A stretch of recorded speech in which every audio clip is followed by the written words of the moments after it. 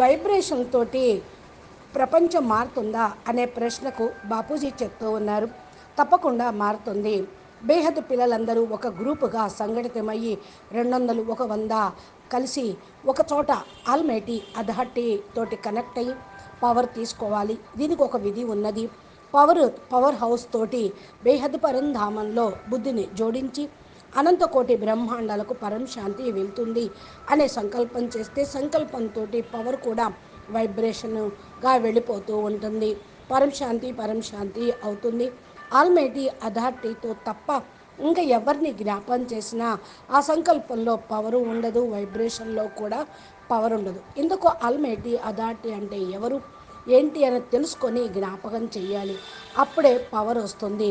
అంతవరకు సంకల్పంలో కూడా శక్తి ఉండదు. విశ్వంలో పరం శాంతి కూడా వ్యాపించదు. పరం శాంతి.